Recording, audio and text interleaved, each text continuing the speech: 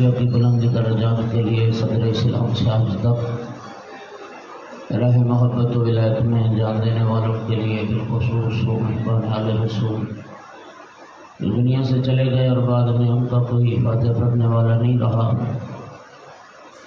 ہم یاد کرتے ہوئے اپنے مرحومین کو یاد کرتے ہوئے اور بالخصوص اس خمسہ مجالس کے انعقاد میں جن احباب نے بھی حصہ لیا ان سب کے مرحومین کے لیے بھی ایک مرتبہ سورہ فاتحہ اور 3 بار سورہ توحید کی تلاوت فرمائیں۔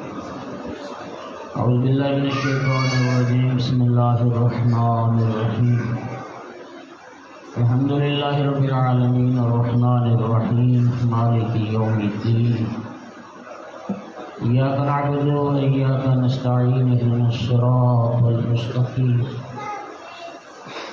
صراط الذین انعمت علیہم غیر المغضوب علیہم ولا الضالین۔ بسم اللہ الرحمن الرحیم، قل هو الله احد الله الصمد لم يلد ولم يولد ولم يكن له كفوا احد۔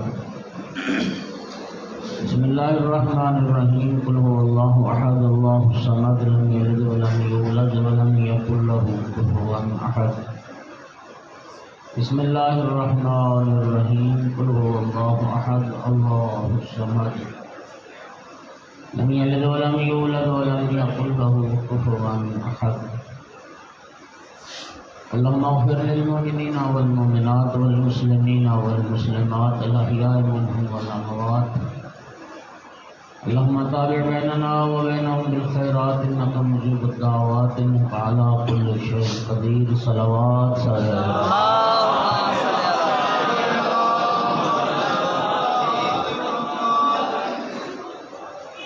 وارث اعزا یوسف زہرا امام صاحب العصر علیہ السلام کے ظہور میں تعجیل کے لیے بھی صلوات۔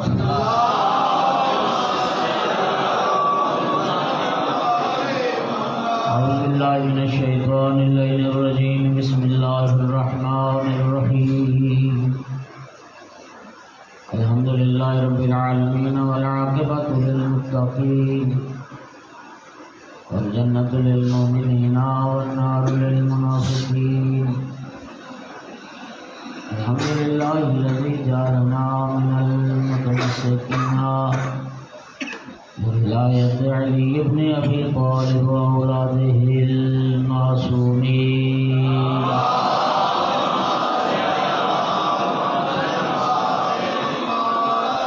الحمدللہ الذی جعلنا من الباقین علی سید الشہداء واولادہ واصحابہ المظلومین،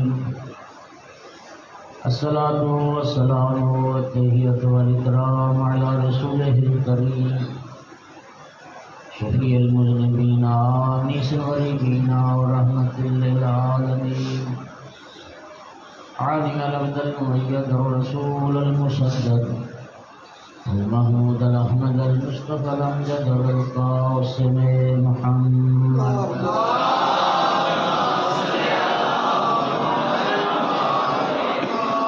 ثم الصلاة والسلام والتحیۃ والاکرام علی آلہ الطیبین الطاہرین المعصومین المنتجبین المنتخبین المظلومین، واللعنۃ الدائمۃ علی اعدائهم المظلومین یوم عداوتهم الی قیام یوم الدین وبعد یوم الدین، اما بعد، قال سبحانہ وتعالی فی کتابہ المجید، بسم اللہ الرحمن الرحیم، لقد کان لکم فی رسول اللہ اسوۃ حسنہ۔ صلوات علیہ۔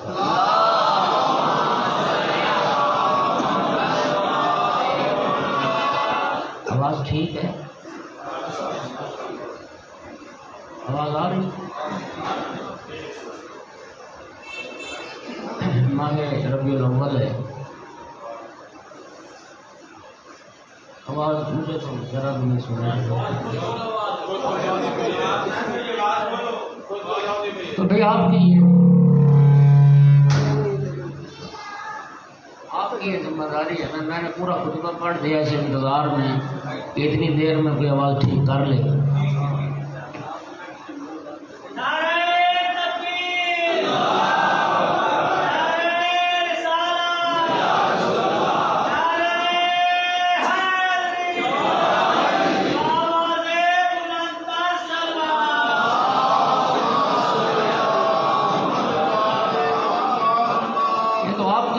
اشارہ کرو کہو کہ ٹھیک ہے نہیں ہے بتا.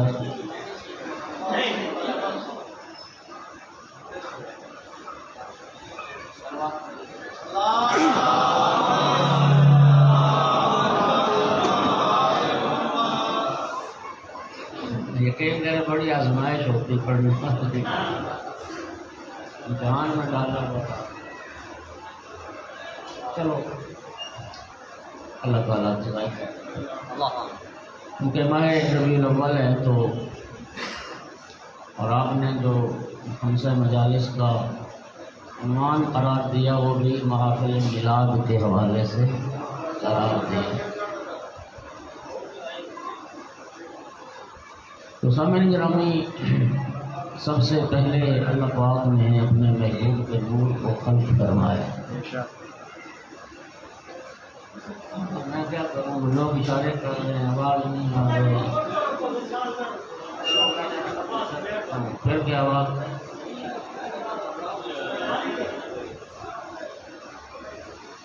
آپ نے عنوان جو قرار دیا ہے وہ صلوات پڑھ دیں.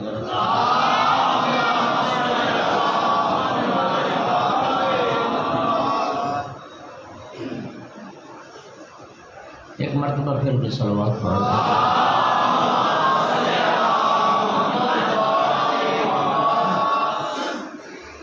بڑی عجیب سی صورت حال ہے، کیا کریں، ہمارے پاس میں ہے نہیں نا جی، کیا کریں. اول ما خلق اللہ نوری، سرکار نے فرمایا اللہ نے سب سے پہلے میرے نور کو خلق فرمایا. مولا امیر المومنین علیہ السلام فرماتے ہیں کان اللہ ولم یکن معہ شیء، ایک ذات وحدت تھی، کچھ نہیں تھا، عدم کا سناٹا تھا. اللہ رب العزت نے عدم کے اس سناٹے کو توڑا، نور مصطفیٰ کو خلق فرمایا. سب سے پہلے یہ نور خلق ہوا. کئی ہزار سال تک یہ نور اللہ کی تسبیح و تقدیس میں مصروف رہا. نہج البلاغہ کی ایک شرح بڑی مفصل اور مبسوط ہے جو ملا حبیب اللہ کوئی نے کی ہے، منہاج البراعہ فی شرح نہج البلاغہ.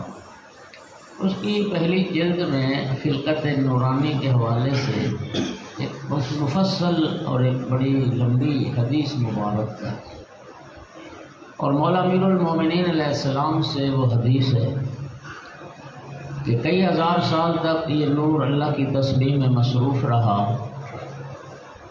اور پھر ارشاد پروردگار ہوا. اللہ پاک نے اپنے محبوب کے نور کو خطاب کیا، یا حبیبی وصفوتی انت المرید و انت المراد، اے میرا محبوب، اے میرا مصطفیٰ، میرا مرید بھی تو ہے اور میری مراد بھی تو ہے. ولولاک لما خلقت الافلاق، اور محبوب اگر میں آپ کو خلق نہ کرتا تو میں اخلاق کو خلق، کائنات کو میں پیدا نہ کرتا.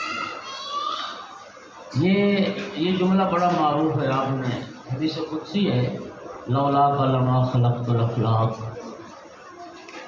جس بندے کا اس حدیث قدسی پر ایمان ہے اس کو دو باتیں اور ماننا پڑتی ہیں جو اس حدیث قدسی کا لازمہ ہے. محبوب آپ نہ ہوتے کائنات نہ ہوتی. اس کا ایک نتیجہ یہ بھی نکلتا ہے کہ محبوب جب آپ نہیں تھے تو کائنات نہیں تھی، اور اس کا ایک نتیجہ یہ بھی نکلتا ہے محبوب پھر آپ جب نہیں ہوں گے تو کائنات نہیں ہوگی. یاد رکھیے میرے دوستو، اس کائنات کو جس طرح وجود میں آنے کے لیے محمد کی ضرورت ہے، کائنات کو باقی رہنے کے لیے بھی محمد کی ضرورت ہے۔ یہ کائنات محمدی الحدوث بھی ہے، محمدی البقا بھی ہے۔ نہ محمد کے بغیر وجود میں آ سکتی ہے، نہ محمد کے بغیر باقی رہ سکتی ہے۔ صلوات پڑھو محمد وآلہ۔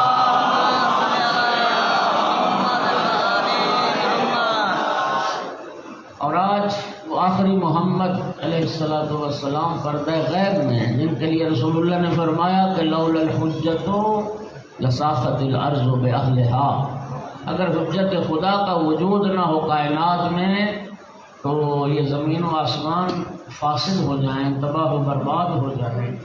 یہ خود ارض و سما کا جو قیام ہے، یہ وجود حجت پر سب سے بڑی دلیل۔ اللہ آپ کو سلامتی عطا کرے۔ تو سامعین گرامی کیا فرمایا؟ انت صفوتی یا حبیبی، محبوب میرے محبوب۔ توجہ فرمائیے کہ سرکار کا لقب ہے نا حبیب اللہ، حضرت ابراہیم علیہ السلام کا لقب ہے خلیل اللہ۔ ہماری اردو زبان کی یہ کوتاہی ہے کہ ہم دونوں کا معنی اللہ کا دوست کرتے ہیں، حالانکہ فرق ہے، حبیب اللہ اور ہے خلیل اللہ۔ جب لفظ دو ہیں تو معنی بھی دو ہونے چاہیے، کیونکہ اردو چھوٹی زبان ہے نا، اس لیے ہر لفظ کے الگ معنی ہمارے پاس نہیں، اس لیے ہم دونوں کا معنی دوست کرتے ہیں۔ دوست دو طرح کے ہوتے ہیں، آپ جس کو چاہتے ہیں وہ بھی آپ کا دوست ہے، اور جو آپ کو چاہتا ہے وہ بھی آپ کا دوست ہے۔ لیکن آپ جس کو چاہتے ہیں وہ آپ کا محبوب کہلاتا ہے، اور جو آپ کو چاہتا ہے وہ آپ کا محب کہلاتا ہے۔ توجہ چاہ رہا ہوں سامعین گرامی، حبیب میں پوشیدہ معنی محبوب ہونے کا، اور خلیل میں پوشیدہ معنی محب ہونے کا۔ ابراہیم وہ اللہ کا دوست ہے، ابراہیم محب ہے اور اللہ کی ذات محبوب ہے، اور حبیب اللہ کا معنی یہ کہ اللہ کی ذات محب ہے اور ہمارا نبی محبوب ہے۔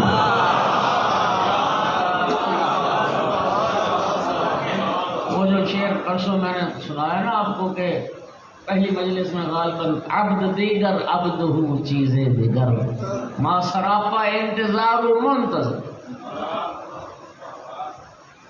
مولانا طلب عابد صاحب لکھنؤ میں ایک صلوات پڑھ گئے،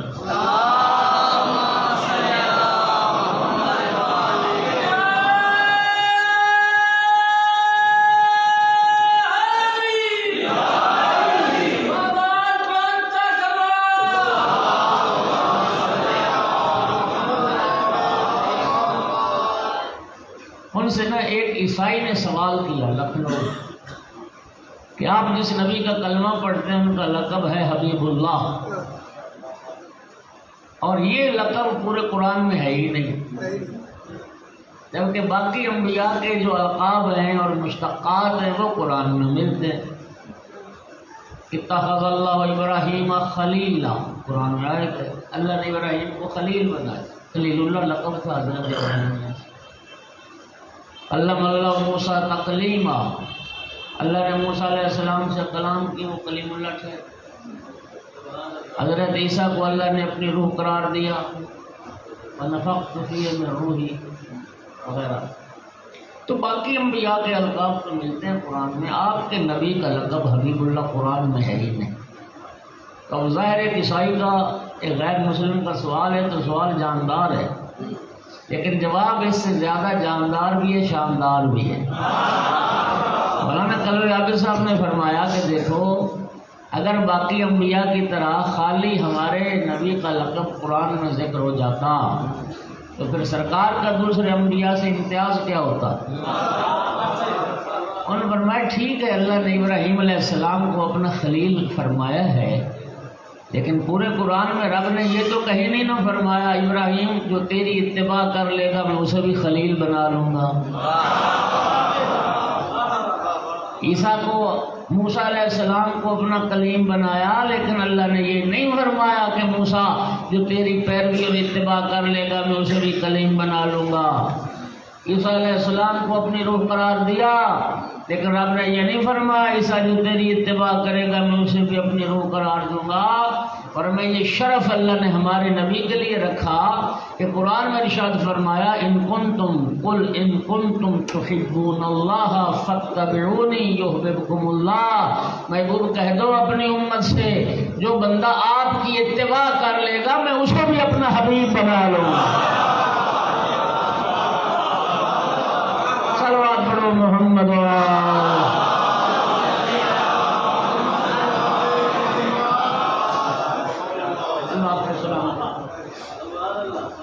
تو یہ سب سے پہلے اس نور کو رب نے خلق،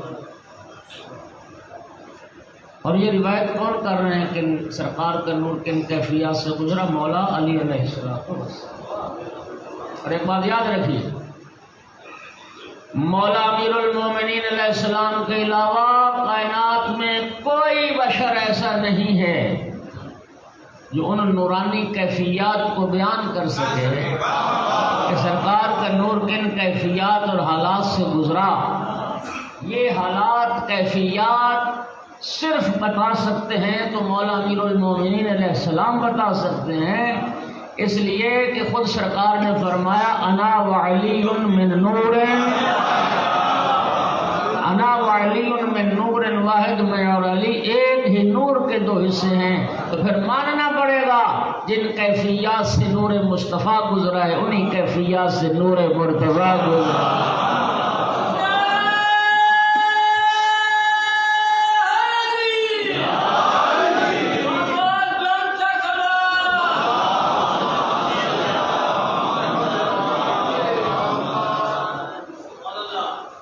اول ما خلق اللہ کنت نبیا وآدم بین الماء والطین، اور مولا امیر نے کیا فرمایا؟ کنت ولیا وآدم بین الماء۔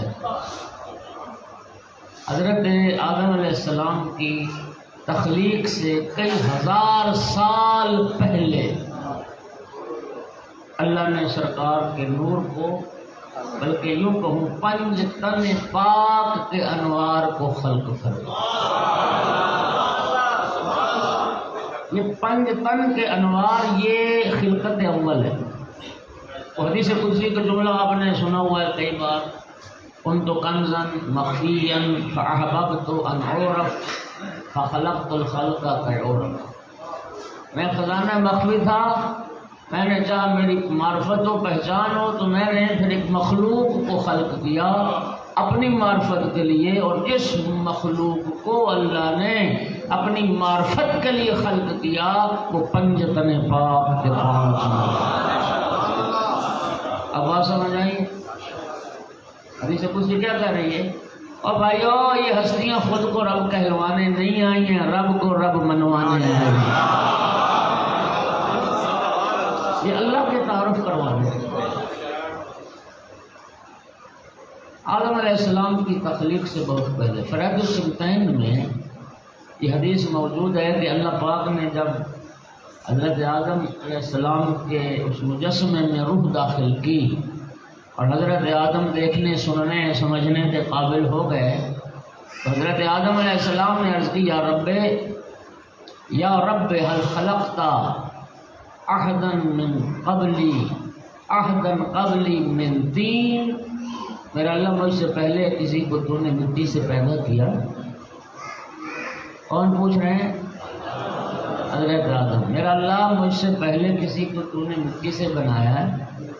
ارشاد رب العزت ہوا آدم تو اس سے پہلے میں نے ایک مخلوق ضرور خلق کی ہے لیکن مٹی سے نہیں۔ آگے پروردگارہ کس سے پیدا کیا؟ فرمایا نور عظمت سے خلق۔ میرا اللہ اس مخلوق کی زیارت ارشاد ہوا جانب عرش نگاہ کرو۔ آدم علیہ السلام نے جو جانب عرش دیکھا رہا 5 انوار رکعا و سجدا۔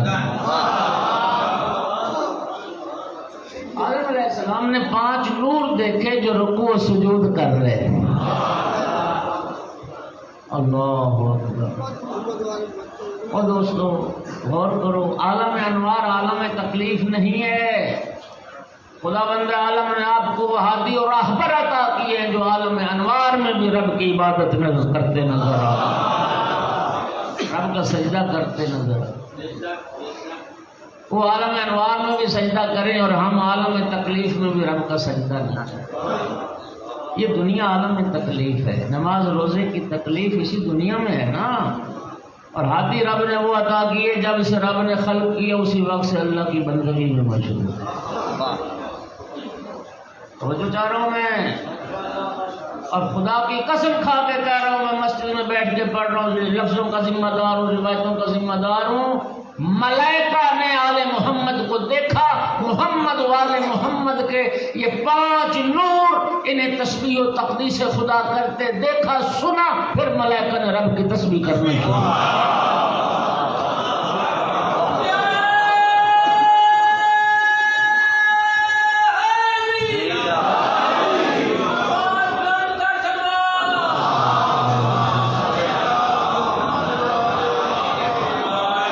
سبحنا فسبحت الملائکہ، آقا کی حدیث ہے، ہم نے اللہ کی تسبیح کی اور ہم سے سن کے پھر ملائکہ نے اللہ کی تسبیح۔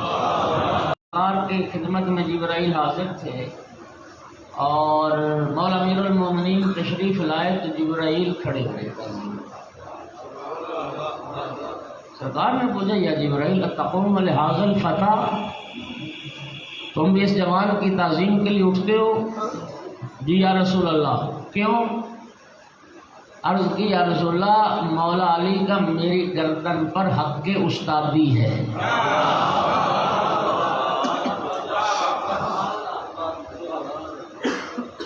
یہ استاد کا حق ہوتا ہے نا، ایک شاگرد کی گردن پر، مولا علی مجھ پر وہی حق رکھتے۔ جبرائیل کیسے؟ عرض کی یا رسول اللہ، رب نے جب مجھے پیدا کیا تھا نا تو کئی ہزار سال گزر گئے، عرصہ ہو گیا، اللہ پاک نے نا پھر مجھ سے کلام کی، مجھ سے ایک سوال کیا، ہاں یا جبرائیل من انا و من انت، میں کون ہوں اور تو کون ہے؟ تو میں نے کہا انا انا و انت، میں ہوں اور تو۔ اس ہستی نے مجھے کہا تھا جبرائیل ایسے نہ دو، رب کی بارگاہ میں ایسے جواب نہیں دیا جاتا، جبرائیل ایسے جواب دو، انا عبدک الذلیل و اسمی جبرائیل و انت رب الجلیل۔ اے میرے رب جلیل، تو رب جلیل ہے، میں تیرا عبد ذلیل ہوں، میرا نام جبرائیل ہے۔ مولا علی مجھ پہ استادی والا حق رکھتے ہیں، رب کے ساتھ کلام کرنے کا طریقہ مجھے مولا علی نے سکھایا۔ سلوات تو پڑھ دو سارے حضرات۔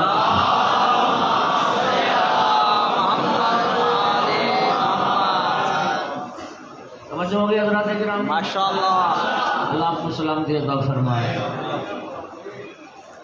حضرت آدم علیہ السلام کے جب مجسمے میں اللہ پاک نے روح داخل کی، رد السلطین کی حدیث، اور دیکھنے سننے سمجھنے کے قابل ہو گئے تو پوچھا میرا اللہ کسی کو پہلے مٹی سے خلق کیا؟ ارشاد ہوا میں نے ایک مخلوق خلق کی ہے لیکن مٹی سے نہیں، نور عظمت سے خلق۔ 5 نور دیکھے، رکوع سجود کر رہے تھے۔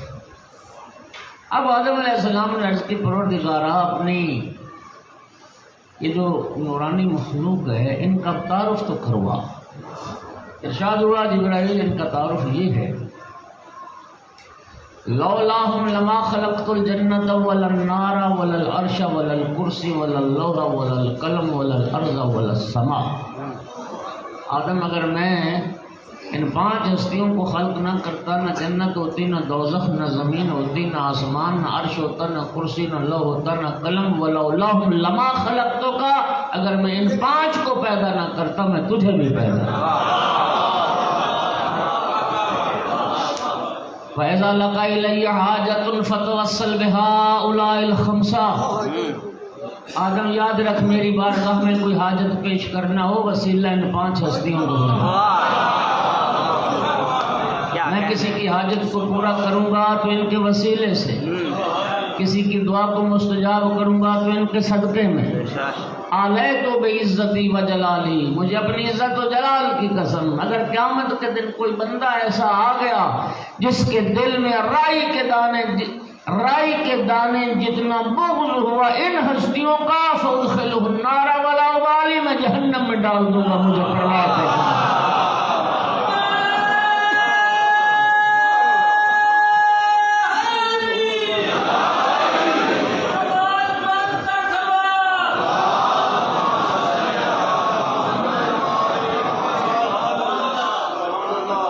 میرا اللہ ان ہستیوں کے نام تو بتا۔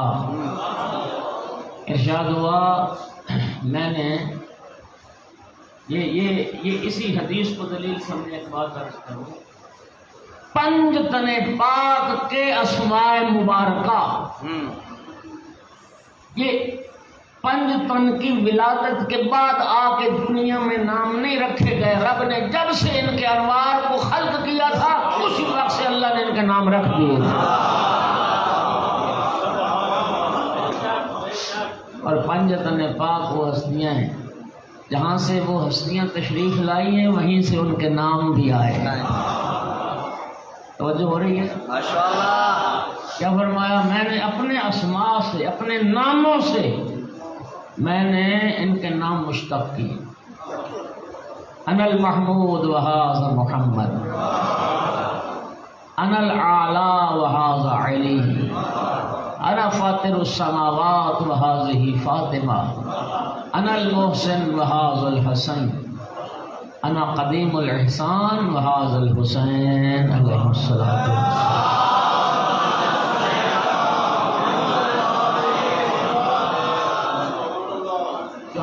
کیا مبارک نام! اللہ جانتا ہے پیغمبر اور آل پیغمبر علیہ الصلوۃ والسلام کے جو مبارک نام ہیں، ان ناموں سے زیادہ کائنات میں خوبصورت کوئی نام نہیں۔ کائنات کے خوبصورت ترین نام محمد و آل محمد علیہ السلام کے نام، جو خزانہ الہی میں محفوظ تھے، اور سب سے پہلے رب نے ان ہستیوں کے یہ نام رکھے، اور یہ نام اتنے مبارک ہیں، یقین کرنا میں حدیث پڑھ رہا ہوں، امام موسیٰ کاظم علیہ السلام نے ارشاد فرمایا کہ جس گھر میں ان ناموں والے بچے رہتے ہیں اس گھر میں کبھی غربت داخل نہیں ہوگا، کبھی فقر داخل نہیں ہوگا، یہ ان ناموں کا وضع اثر ہے۔ اور حدیث بھی ہے، اولاد کے حقوق میں سے ماں باپ کی گردن پر جو حق ہے وہ یہی اچھا نام رکھنا ہے، من حق الولد علی الوالد یحسن اسمہ، نام اچھا رکھا ہے، اور پھر اس سے اچھے نام تو ہی نہیں نہ سکتے جو رب اپنی مخلوق کے رکھے، جو نام رب نے رکھے ہوں، علی پنج تن پاک کے، پھر ان سے اچھے نام تو کائنات میں ہو ہی نہیں سکتے۔ توجہ ہو رہی ہے ماشاءاللہ؟ تو سب سے پہلے ایک بات یاد آ گئی، میں بہت عرصہ ہو گیا، کافی سالوں کی بات ہے، ایک لائبریری میں بیٹھا تھا تو اہل سنت کی ایک کتاب کا مطالعہ کر رہا تھا، تو اس میں وہ روایت آئی، پھر مجھے جستجو رہی، پھر تلاش رہی، پھر کافی عرصے کے بعد اہل تشیع کی کتابوں میں بھی وہ حدیث روایت مل گئی۔ ان اسماء کی برکت ہے، اللہ جانتا ہے یہ جو نام ہے نا قیامت کے دن گناہگاروں کی شفاعت کا سبب بن جائیں گے۔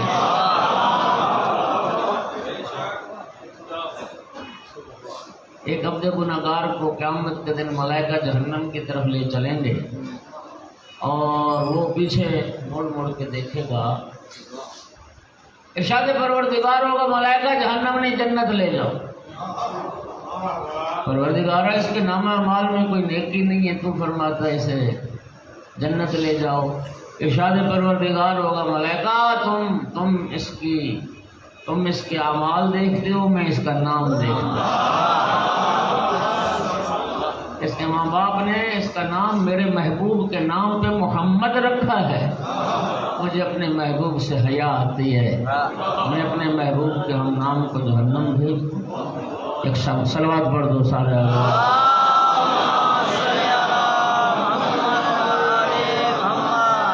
ممکن ہے کسی دوست کے ذہن میں یہ سوال پیدا ہو یا ہو چکا ہو.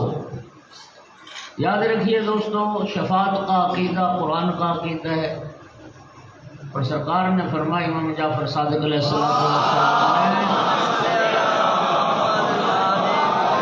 من انکر ثلاثۃ اشیاء فلیس منا، جو 3 چیزوں کا منکر ہے وہ ہم میں سے نہیں ہے. قبر میں جو سوال جواب کا منکر ہے وہ ہم میں سے نہیں ہے. رسول اللہ کی جو معراج کا منکر ہے وہ بھی ہم میں سے نہیں ہے، اور جو شفاعت کا منکر ہے وہ بھی ہم میں سے نہیں ہے. شفاعت کا عقیدہ یہ قرآن کا عقیدہ ہے، اور یہ محمد و آل محمد کا بیان کردہ عقیدہ ہے. لیکن یاد رکھیے، قرآن ایک بات کہتا ہے، من ذا الذی یشفع عندہ الا باذنہ. اللہ جو اذن ہے، اس کی تفسیر میں ائمہ نے فرمایا ہے کہ شفاعت اللہ کے اذن سے ہونی ہے، اور یہ اذن 2 چیزوں سے متعلقہ ہے. جس نے کرنی ہے شفاعت وہ بھی اللہ کے اذن سے کرے گا، جس کی ہونی ہے وہ بھی اللہ کے اذن سے ہونی ہے. بات سمجھ آ گئی؟ شفاعت کرنے والوں کو بھی اللہ اذن دے گا، حق دے گا، اور جن کی شفاعت ہونی ہے رب اجازت دے گا کہ ان کی شفاعت کرو. بات سمجھ آ گئی؟ دوستو یاد رکھیے، کسی ذہن میں اگر یہ سوال آ گیا ہو کہ جس کا نام بھی محمد رکھ دیا جائے بس پھر اسی کی شفاعت ہو جائے گی، نہیں. شفاعت کے لیے بھی شرائط ہیں، ہر کسی کی شفاعت نہیں ہے. اگر محمد خدا نخواستہ کسی دشمن اہل بیت کا نام ہو، امام حسین علیہ السلام کے قاتلوں میں، شہیدان کربلا کے قاتلوں میں محمد نام ملے گا. سفیر حسینی حضرت مسلم ابن عقیل کا قاتل محمد ابن اشعث ہے، اس کا نام بھی محمد ہے. کیا ہر محمد نام کی شفاعت ہو جائے گی؟ میرے دوستو شفاعت برحق ہے، لیکن یاد رکھیے شفاعت کے لیے ایک شرط بنیادی ہے، اور وہ کیا ہے؟ کلمہ پڑھتا ہو، وحدہ لا شریک کا قائل ہو، مشرک نہ ہو، نصیری نہ ہو، اور محمد و آل محمد کی ولایت کا عقیدہ رکھتا ہے.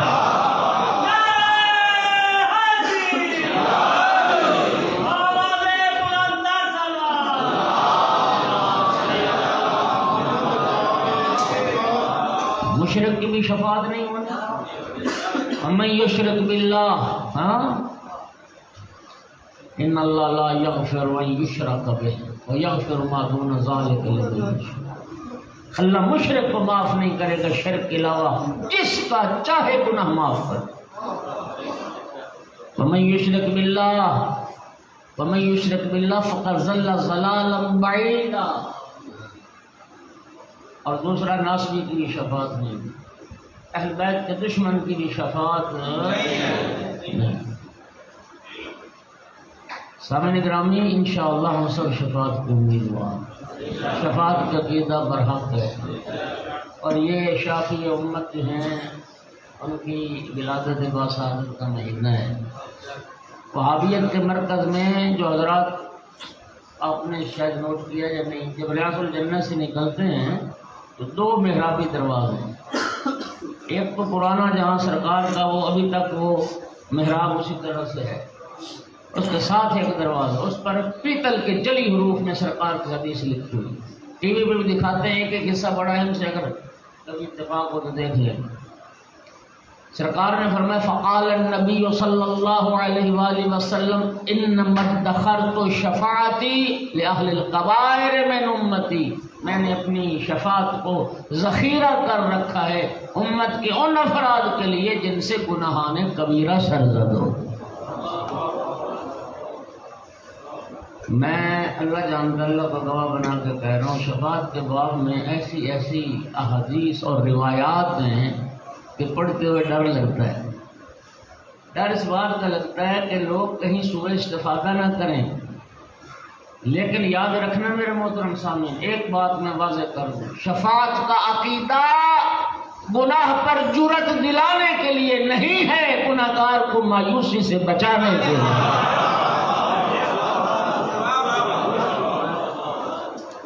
ایک گناہگار مایوس نہ ہو، اس اللہ کی رحمت سے مایوس نہ ہو۔ رب کی رحمت بے پایان ہے، محمد والے محمد کی شفاعت بے پایان۔ اور پھر توجہ چاہوں گا، حق شفاعت رسول اللہ کو حاصل ہوگا۔ اور جانتے ہو رسول اللہ نے کس کو شافع امتی کہہ کے پکارا؟ امام حسین علیہ السلام۔ حدیث قصہ جو ہر مومن کے دل پر لکھی ہے، جب امام حسین علیہ السلام زیر قصہ نانا کے قریب آ کے سلام کیا، السلام علیک یا رسول اللہ، السلام علیک یا جدہ یا رسول اللہ، نانا جان اے اللہ کے رسول سلام ہو، تو سرکار کا کیا جواب تھا؟ علیک السلام یا ولدی و یا شافع امتی، تو میری امت کی شفاعت کرنے والا، میری امت کی شفاعت کرنے والا۔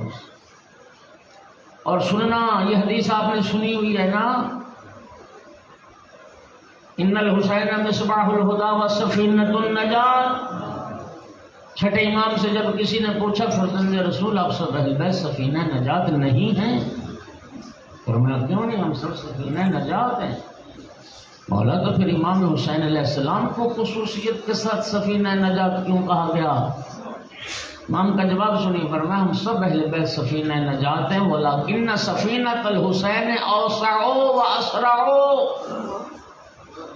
لیکن سفینہ حسین سب سے تیز، سب سے جلد ساحل پہ پہنچنے والا اور سب سے زیادہ وسیع سفینہ۔ اب اس سفینہ حسین کی وسعت کو لفظوں کا ذمہ دار مرحوم مجلسی نے بہار میں اس روایت کو ذکر کیا، اتنا وسیع سفینہ، فرماتے ہیں 1000 صف ہوگی قیامت کے دن گناہگاروں کی۔ کتنی صف ہیں؟ 1000 صف، اور ایک صف ما بین المشرق والمغرب، مشرق سے مغرب تک لمبی، اور ایک صف میں کتنے گناہگار کھڑے ہیں؟ فرمایا یہ تعداد تو صرف خالق کی جانتا ہے۔ 1000 صف گناہگاروں کی، چھٹے امام سے یہ حدیث ہے۔ فرمایا اس 1000 گناہگاروں کی صف میں سے 999 صفیں تنہا مولا حسین کی شفاعت کے نتیجے میں۔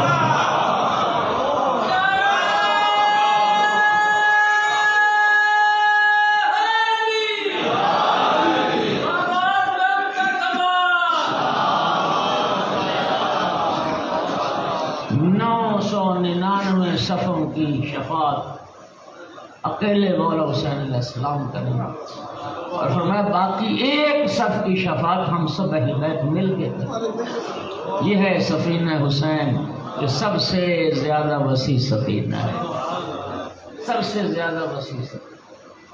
اور یاد رکھنا دوستو، میں پھر بات دوہرا رہا ہوں، شفاعت کا عقیدہ گناہ کی چھٹی دینے کے لیے نہیں ہے۔ اور حدیث یہ بھی سن لیں، شفاعت کی بنیاد پر کیے جانے والا گناہ قابل معافی نہیں ہے۔ انسان یہ سوچ لے کہ ہماری شفاعت ہو جانی ہے، یہ شفاعت اللہ کی اذن سے ہونی ہے۔ خوش نصیب ہوگا وہ انسان جسے محمد والے محمد کی شفاعت ہو، شفاعت جس کے نصیب ہو۔ اللہ آپ کو سلامتی عطا کرے۔ ایک صلوات بلند آواز۔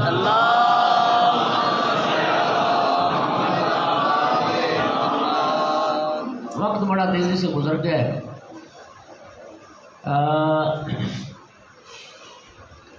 جس آیت کو میں نے آغاز کلام میں پڑھا، خداوند عالم نے اپنے محبوب کے حوالے سے، اور ہم چونکہ سرکار کے امتی ہیں، آقا کا کلمہ ہم پڑھتے ہیں، ان کی رسالت کی گواہی دیتے ہیں، تو کلمہ گو ہونے کی حیثیت سے، امتی ہونے کی حیثیت سے خداوند عالم نے قرآن مجید میں سرکار کے حوالے سے ہماری کچھ ذمہ داریاں بیان فرمائی۔ ان ذمہ داریوں میں سے ایک یہ ہے کہ اللہ فرماتا ہے لقد کان لکم فی رسول اللہ اسوۃ حسنہ لمن کان یرجو اللہ والیوم الآخر وذکر اللہ کثیرا۔ اللہ پاک فرماتا ہے کہ بتحقیق رسول اللہ کی جو ذات مبارک ہے وہ تمہارے لیے بہترین نمونہ عمل ہے۔ رسول اللہ کی ذات بہترین اسوہ ہے، اسوہ حسنہ ہے تمہارے لیے۔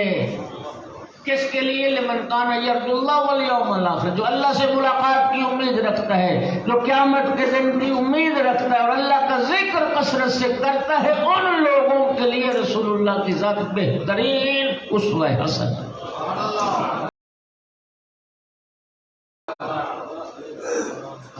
اس آیت کا کیا مطلب ہے؟ اس آیت کا مطلب یہ ہے کہ ہمیں رسول اللہ کی اسوہ حسنہ کو اختیار کرنا ہے، رسول اللہ کی سیرت کو اپنانا ہے، رسول اللہ کی سنتوں پر عمل کرنا ہے، رسول اللہ کی سیرت کو اپنا زندگی کا نصب العین بنا۔ اور جانتے ہو آپ حضرات، امام حسین علیہ السلام کربلا میں جو آئے اور یزید کے خلاف قیام، یہ رسول اللہ کی سنت تھا۔ ظالم کے خلاف قیام کرنا رسول اللہ کی سنت ہے۔ امام حسین علیہ السلام مدینہ سے چلے تو یہ فرما کے چلے، میں کیوں جا رہا ہوں؟ انی لم اخرج اشرا ولا بطرا ولا ظالما ولا مفسدا فی الارض انما خرجت لطلب الاصلاح امت جدی رسول اللہ اريد ان آمر بالمعروف وانهى عن المنکر واسیر بسیرت ابی و جدی رسول اللہ۔ یہ جملہ فرمایا میں اس لیے کربلا میں آیا، میں دنیا کو بتاؤں میرے نانا رسول اللہ کی سیرت کیا ہے، میرے نانا کی سنت کیا ہے۔ او عزادارو، امام حسین کا تو قیام ہی کربلا میں رسول اللہ کی سنتوں کو زندہ کرنے کے لیے۔ اور کربلا میں پہنچ کے جو بصرہ والوں کو خط لکھا امام حسین علیہ السلام نے، اس خط کے جملے ہیں اولا ترونا ان السنت قد امیتت والبدعۃ قد احییت۔ بصرہ والوں، تم دیکھ نہیں رہے ہو کہ میرے نانا کی سنتوں کو ختم کیا جا رہا ہے اور بدعتوں کو زندہ کیا جا رہا ہے۔ میں کربلا میں آؤں، میرا ساتھ دو تاکہ میں نانا کی سنتوں کو زندہ کروں، نانا کی سیرت کو میں زندہ کروں۔ اور وہ خطبہ نہج البلاغہ میں مولا امیر المومنین کا موجود ہے۔ مولا امیر المومنین کے وہ اصحاب با وفا جو مولا کی زندگی میں جام شہادت نوش کر گئے، انہیں یاد کر کے امیر المومنین روتے تھے جیسے بوڑھی ماں جوان بیٹے کے غم میں روتی۔ اینا اینا عمار، اینا اینا حیثم ابن تیہان، اینا اینا ذو الشہادتین، اینا اخوانی فی الدین مضوا علی الحق احیوا السنۃ واماتوا البدعہ۔ کہاں گئے وہ میرے دین کے بھائی جو حق کے راستے پر چلے، اور کہاں آج چلے گئے وہ میرے بھائی جنہوں نے بدعتوں کو ختم کیا اور سنتوں کو زندہ کیا۔ معلوم کیا ہوا؟ تو جو میں نے حدیث پڑھی، مولا علی کا شیعہ وہ ہوتا ہے جو بدعت کے خلاف قیام کرے، سنت کو زندہ کرے۔ امام حسین علیہ السلام کا عزادار بھی وہ ہوتا ہے جو بدعت کے خلاف قیام کرے اور رسول اللہ کی سنتوں کو زندہ کرے۔ رب کریم نے، اور دیکھیے پورے قرآن میں صرف 2 انبیاء رسول ہیں اولو العزم جنہیں اللہ نے اسوہ قرار دیا۔ جناب ابراہیم علیہ السلام کے لیے بھی آیت ہے، اللہ نے ابراہیم علیہ السلام کو بھی اسوہ قرار دیا، دوسرا سرکار دو عالم کو بھی، رسول اللہ کو بھی اسوہ قرار دیا، نمونہ عمل۔ لیکن جناب ابراہیم کو جو اسوہ قرار دیا وہ صرف ایک جات میں، آپ آیات پڑھ لیں، برات از مشرکین، شرک سے دوری، شرک سے نفرت، بتوں سے نفرت کے معاملے میں اللہ نے جناب ابراہیم کو نمونہ عمل بنایا ہے، اور زندگی کے تمام پہلوؤں کے لحاظ سے اللہ نے مصطفیٰ کو نمونہ عمل بنایا۔ جناب ابراہیم کا اسوہ ہونا ایک محدود حیثیت سے ہے، ایک خاص جہت سے ہے، لیکن سرکار دو عالم کا اسوہ اور اسوہ حسنہ بننا تمام جہات سے اور تمام حیثیت سے۔ تو اب بتائیے ہماری ذمہ داری نہیں بنتی کہ ہم رسول اللہ کی سیرت کا مطالعہ کریں، ہم رسول اللہ کی سیرت پر کتابیں پڑھیں، رسول اللہ کی سنت کو اپنائیں، رسول اللہ کی سیرت و سنت پر چلیں؟ حق بنتا ہے ہمارا؟ ایک صلوات پڑھو سارے۔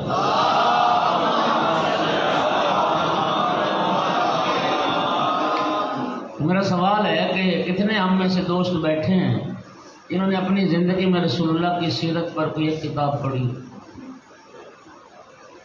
حالانکہ رسول اللہ صلی اللہ علیہ وآلہ وسلم کی سیرت مبارکہ، حیات مبارکہ پر اتنی کتابیں لکھی گئی آپ حیران ہو جائیں گے، 10 20 نہیں، سینکڑوں نہیں، ہزاروں کتابیں سنت پیغمبر پر لکھی، ہر مذہب اور ہر مکتب کے علماء نے لکھی۔ الحمدللہ اہل تشیع نے رسول اللہ کی سیرت پر بہت کچھ لکھا۔ میرے لیے دکھ کی بات نہیں کلمہ رسول کا پڑھوں اور ساری زندگی رسول اللہ کی سیرت پر کوئی کتاب نہ پڑھوں، دن رات فیس بک اور واٹس ایپ پہ بیٹھا ہوں، میں پڑھ رہا ہوں پوسٹیں، اور جو پڑھنا تھا وہی نہ پڑھا۔ جس چیز کو رب نے ہمارے لیے لازم قرار دیا تھا پڑھنا، رسول اللہ کی سیرت، کوئی سیرت ہم نے نہ پڑھی، اسی رسول اللہ کی سنت کو ہم نے نہ پڑھا۔ اور میرے بھائیو، اللہ آپ کو جزائے خیر دے، یہ مہینہ کم از کم سرکار سے اگر نسبت ہے، اسی مہینے میں رسول اللہ کی سیرت پر کوئی مطالعہ شروع کر دو، سرکار کی سیرت پر کوئی کتاب پڑھ لو، اور پھر ان کتابوں کو پڑھ کے اپنے اندر اپنا جائزہ لو کہ میں سرکار دو عالم کی جو حیات مبارکہ ہے، رسول اللہ کا جو طریقہ ہے، میں اس سنت کے مطابق کتنا ہوں اور اس سے دور کتنا ہوں، اور زندگی میں جو جو عمل سیرت پیغمبر کے خلاف نظر آئے اس کو چھوڑتے چلے جاؤ، رسول کی سیرت کو اختیار کرتے چلے جاؤ۔ اب یہ ایک مستقل مجلس ہے، مجھے وہ علامہ ذیشان حیدر جوادی صاحب کا ایک جملہ بڑا اچھا لگا۔ وہ فرماتے ہیں کہ اب تو حالت یہ ہے کہ عنوان ہوتا ہے سیرت النبی کا جلسہ، اور سیرت النبی کے جلسے میں بھی بات صرف صورت نبی پر رہتی ہے، سیرت کی تو کوئی بات ہی نہیں، وہ بس نعت خوانیاں ہیں، اور ان میں بھی گورا مکھڑا تو زلفاں نے کالیاں، ہاں جی، بس وہ زلفوں کی بات ہے، اور گورے مکھڑے کی بات ہے، اور کجل کی بات ہے، اور آنکھوں کی بات ہے، اور ہونٹوں کی بات ہے، سیرت کی بھی بات ہے۔ آج اجازت دے تو میں سرکار کی سنت سے 5 سنتیں آپ کو بتاؤں، لیکن آپ ایک صلوات پڑھیں آقا کی۔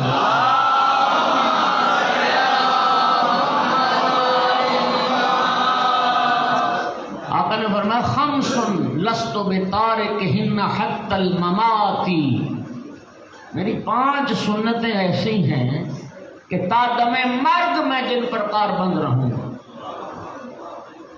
مرتے دم تک میں وہ عمل نہیں چھوڑوں گا۔ 5 سنتیں، اب ذرا دل سنبھالیے۔ پہلی سنت الاکل مع العبید علی الحزیز، مٹی پر بیٹھ کر غلاموں کے ساتھ کھانا کھانا۔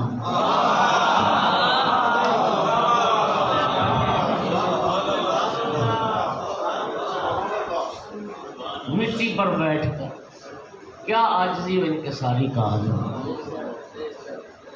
اللہ جانتا میں لفظوں کا ذمہ دار ہوں۔ جس شخص نے سرکار کو پہلے نہیں نہ دیکھا تھا، اگر نبی کریم صحابہ کرام کے درمیان تشریف فرما ہوتے، بخدا نہ کوئی مسند ہوتی تھی، نہ کوئی قالین لگے ہوتے تھے، نہ کوئی صوفہ سیٹ تھے، نہ کوئی اونچی جگہ تھی، نہ کوئی منبر بنا ہوتا تھا، اور صحابہ کے درمیان ایسے ہی بیٹھے ہوتے تھے۔ نووارد آ کے اس کو پوچھنا پڑتا تھا ایکم رسول اللہ، سوال کرنا پڑتا تھا تم میں رسول اللہ کون ہے، تم میں رسول اللہ۔ اور آج 1400 سال بعد کیا ہو رہا ہے؟ ہاں جی، سید اپنی توہین فرمائی تھا، میرے ساتھ کوئی غیر سید بیٹھ گیا میری 4 پائی، وہ بیٹھے گا اوپر اونچا اونچا ہو گئے، باقی دنیا ساری نیچے بیٹھی۔ یہ سیرت پیغمبر ہے، دنیا سجدے کر رہی، دنیا پاؤں میں جھکی ہے، یہ سیرت پیغمبر ہے۔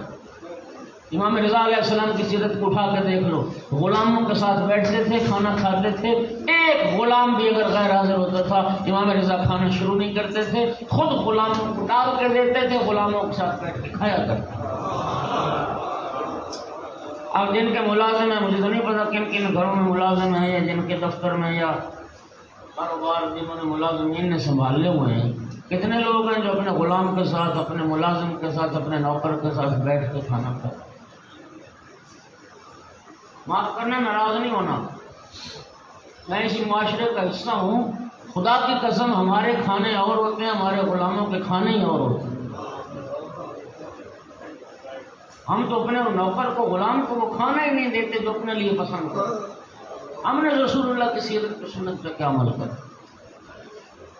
رسول اللہ کی اتنی عاجزی تھی، جناب زرار نے معاویہ کے دربار میں امیر المومنین کی جو اوصاف بیان کیے تھے اس میں ایک جملہ یہی کہا تھا، وَهُوَ فِينَا كَعَهْدِنَا، اے حاکم شام علی جب ہمارے درمیان موجود ہوتے تھے تو ہم میں سے ہی ایک فرد ہوتے تھے، اور جس طرح رسول اللہ کے لیے میں نے جملہ کہا، ذمہ داری سے مولا امیر کے لیے کہہ رہا ہوں، جس نے مولا امیر المومنین کو پہلے نہیں دیکھا تھا وہ نوواردات اس کو بھی پوچھنا پڑتا تھا تم میں امیر المومنین کون؟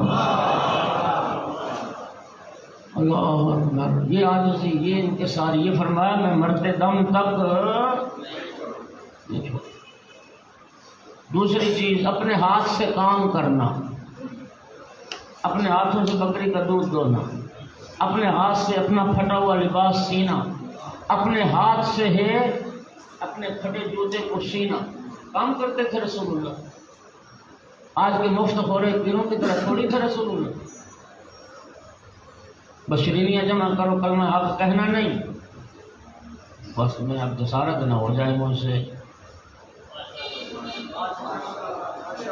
ایک غزوہ میں سرکار تشریف لے گئے تو راستے میں اب کھانا بنانا تھا، پڑاؤ ڈالا تو صحابہ کرام جو تھے وہ کاموں میں مشغول ہو گئے، کوئی وہ سبزی بنا رہا ہے، کوئی گوشت بنا رہا ہے، کوئی کچھ کر رہا ہے۔ سرکار نے فرمایا کوئی کام میرے ذمہ بتاؤ۔ نہیں یا رسول اللہ آپ بیٹھیں، ہم آپ کے نوکر۔ سرکار نے فرمایا میں کام نہیں کروں گا تو میں کھانا نہیں کھاؤں گا۔ تو سرکار نے سارا جائزہ لیا، سب کام کر رہے ہیں، فرمایا لکڑی میں جمع کر کے لاتا ہوں، میں لکڑیاں اکٹھی کر کے لاتا ہوں۔ فرمایا میری سنت میں تازہ مرکا ہوں، گدھے پر سواری کر لینا میری سنت، بغیر اس کی زین کے، فرمایا میری سنت۔ سوتی لباس پہننا، سفید اور سبز رنگ رسول اللہ زیادہ پسند کرتے تھے، یہ بھی سرکار کی سنت۔ اور اگلی سنت سنو گے، فرمایا تسلیمی علی الصبیان، بچوں کو سلام کرنا۔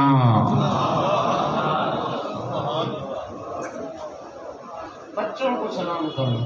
ہمارا معاشرہ کیا، مجھ سمیت ہم سب، معاف کرنا، بچہ کو سلام نہ کرے، کہتے ہیں بڑا بدتمیز بچہ ہے، میں سلام ہی نہیں، تو بڑا تمیز والا ہے۔ ہم دوسرے سے توقع کرتے ہیں دوسرا ہمیں سلام کرے، جب آقا سے بچوں کو سلام کرتے تھے۔ اور آقا کی سیرت میں انہ لم یسبق بالسلام قط، تو رسول اللہ کی پوری زندگی میں سلام کرنے میں کسی نے پہل نہیں کی، ہمیشہ رسول اللہ پہل کرتے،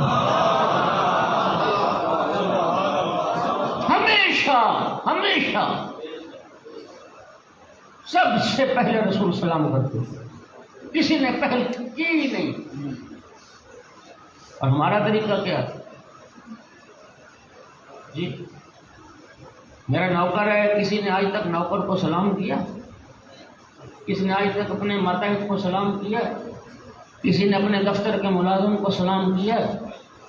کوئی ادارے کا سربراہ بیٹھے اپنے جو اس کے ماتحت کام کرتے ہیں سلام کیا ہے؟ کبھی میں نے اپنے گھر دکان والے نوکر کو سلام کیا ہے؟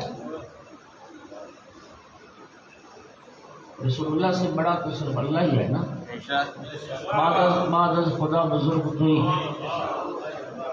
رسول اللہ کی ذات اللہ کے بعد سب سے بڑی ذات ہے نا کائنات۔ وہ فرماتے ہیں آقا غلاموں کو سلام کرتے تھے، بچوں کو سلام کرتے تھے، ہر کسی کو سلام میں پہل کرتے، ہم کیوں نہیں کرتے؟ خیر تمہارا قوم کیا پوچھنا، ناراض ہوتے ہو جاؤ، تم سے تو ویسے اسلام کی توفیق ہی سلب ہو گئی نا، اب بڑا مومن وہ ہے جو سلام نہ کرے، یا علی مدد کہہ کے ملے۔ میں یا علی مدد کا مخالف نہیں ہوں، تو 1 کروڑ بار یا علی مدد کہے، لیکن یاد رکھ پہلے رسول کی سنت پہ عمل کر، پہلے سلام کر، پھر یا علی مدد کر۔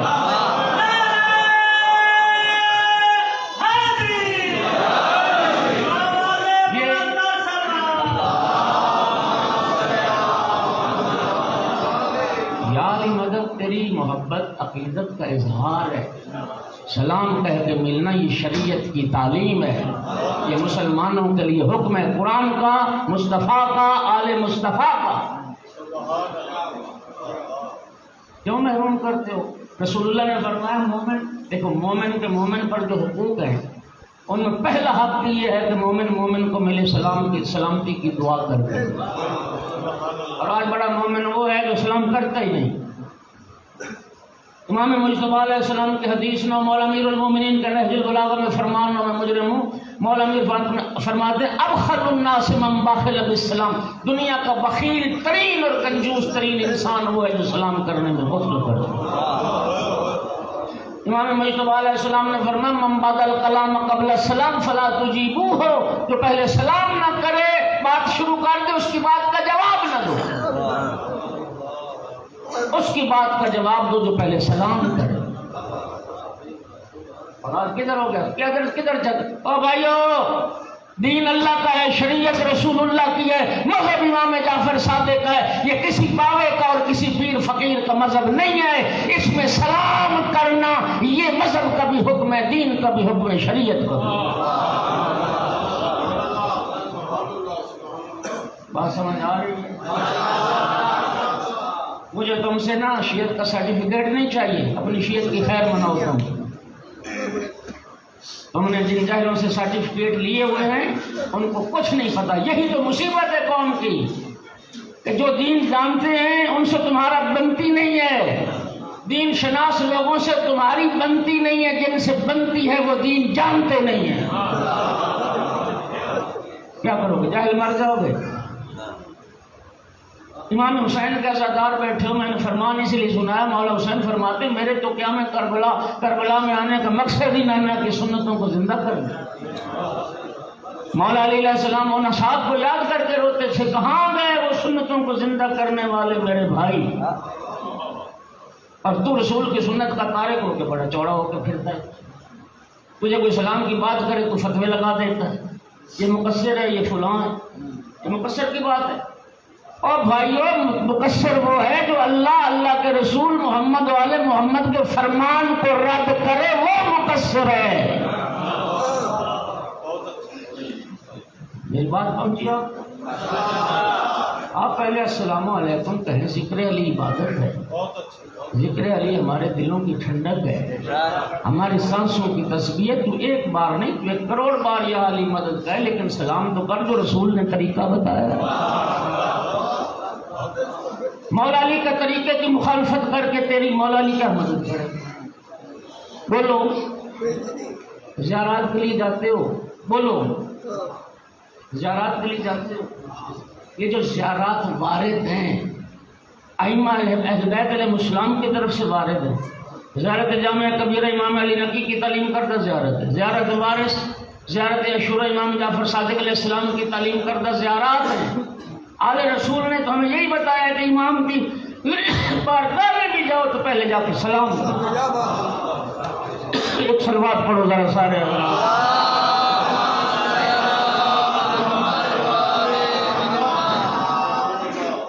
سرکار فرماتے ہیں میں بچوں پہ بھی سلام کرتا رہوں گا، تسلیمی علی الصبیان۔ اور پتہ کیا ہے سلام میں اصل فلسفہ یہ ہے، اللہ پاک یہ چاہتا ہے کہ تمہارے اندر جو فرعون ہے نا، فرعون وہ مر جائے، فرعونیت ختم ہو جائے۔ میں سمجھتا میں بڑا ہوں، میں اپنے نوکر کو کم سلام، وہ مجھے سلام کرے، نہیں، اس کا ایک اور فلسفہ ہے۔ وہ کیا ہے؟ سرکار فرماتے سلام میں 70 نیکی ہے۔ کتنی؟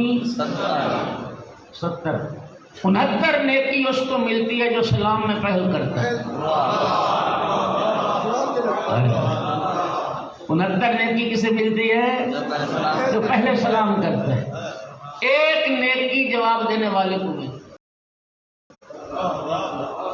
تو بڑا ہے نا، تو خاندان کا سربراہ ہے، تو دفتر کا رئیس ہے، تو چیئرمین ہے کسی ادارے کا، تیرا مقام بلند و بالا ہے، پوسٹ تیری اونچی ہے، تو پھر اللہ پاک یہ چاہتا ہے کہ دنیا میں تیرا بلند مقام ہے نا، تو پھر ثواب بھی تو زیادہ لے۔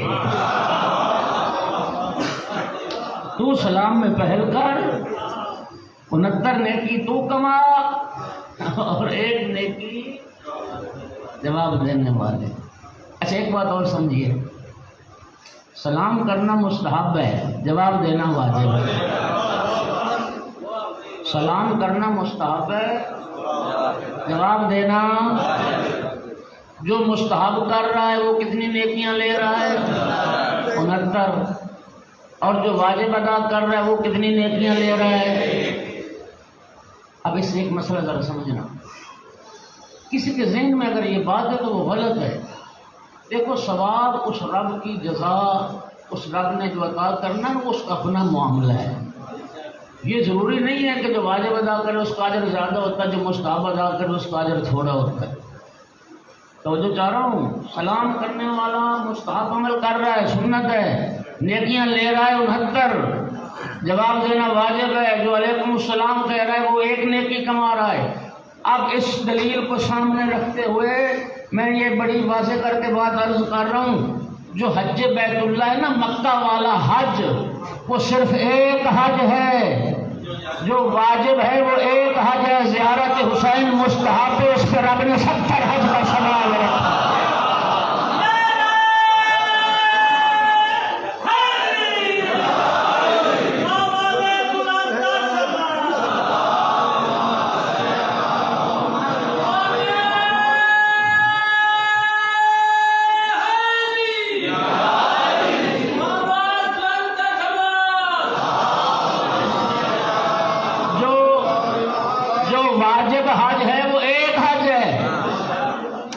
امام حسین علیہ السلام کی زیارت مستحب ہے، مؤکد ہے، 1 زیارت پہ کم از کم 70 حج کا ثواب ہے۔ یہ اس رب کی اپنی عطا ہے، اس رب کی دین ہے۔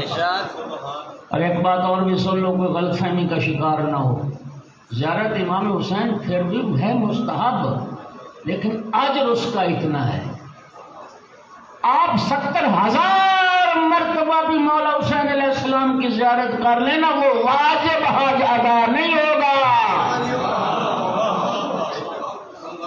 بات سمجھے یا نہیں سمجھے؟ اس کا یہ مطلب نہیں ہے کہ میں حج مجھ پہ واجب ہے اور میں حج نہ کروں مولا حسین کی زیارت کے لیے چلا جاؤں، نہیں، زیارت پہ اجر اس کریم کا کرم اتنا ہے، لیکن واجب حج ادا نہیں ہوگا۔ واجب حج تمہیں کرنا پڑے گا، اور رسول اللہ نے فرمایا جس پر حج واجب تھا حج نہ کیا، موت آ گئی، موت یہودی یا نصرانی یا یہودی یا عیسائی مر جائے گا، اس کو مسلمانوں کے قبرستان میں دفن بھی نہ کرنا جو حج کا تارک مرا ہے۔ وہ واجب آپ کو حتماً ادا۔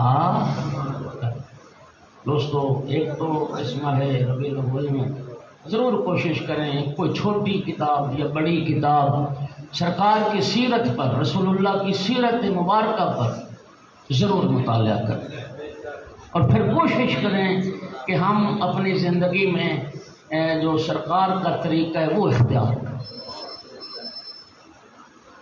بس وقت زیادہ ہو گیا، آج میں تھوڑا سا اس لیے زیادہ پڑھ رہا ہوں کہ کل میں نے کم پڑھا تھا، ایک ڈاکٹر سے ٹائم لیا ہوا تھا ملتان، وہاں جانا تھا، اس لیے اب 2 میں رسول اللہ کی سنتیں اور عرض کرتا ہوں۔ سرکار کی سیرت کے 2 ورق، طائف کی جب جنگ ہوئی نا، طائف کی، اس طائف کی جنگ میں یہ جو حاتم طائی کا نام سنتے ہو نا، قبیلہ طائی، حاتم طائی کے قبیلے کے، حاتم طائی کا بیٹا خیر شکست پا گیا، وہ تو شام فرار کر گیا، طائف چھوڑ کے نکل گیا۔ حاتم طائی کی بیٹی صفانہ اور حاتم طائی کے قبیلے کے 40 افراد کو قید کر لیے گئے، اور بھی افراد تھے قبیلے کے، صرف حاتم طائی کے قبیلے کے 40 افراد یہ مدینے لائے گئے۔ جب طائف کے قیدی آئے ان میں حاتم طائی کی بیٹی صفانہ بھی تھی۔ سرکار دو عالم جب ان قیدیوں کو دیکھنے آئے تو یہ جو صفانہ تھی نا، بڑی باہوش، بڑی ہوشیار خاتون تھی۔ اس نے پھر جرأت کی اور رسول اللہ کو اپنا تعارف کروایا۔ کہنے لگی اللہ کے رسول، میرا باپ جو تھا وہ غریبوں کی مدد کرتا تھا، بھوکوں کو کھانا کھلاتا تھا، میرے باپ کے دروازے سے کوئی سائل کبھی خالی نہیں لوٹا۔ اے اللہ کے رسول، میں حاتم طائی کی بیٹی ہوں۔ میرے انتہائی محترم سامعین، اللہ جانتا ہے جب سرکار نے سنا نا کہ حاتم طائی کی بیٹی، سرکار کے ساتھ جو صحابہ چل رہے تھے نا، صحابہ کی طرف رخ کر کے فرمایا اس سخی کی بیٹی ہے، اس کے ہاتھوں کی رسیاں کھولو۔ یہ سخی کی بیٹی،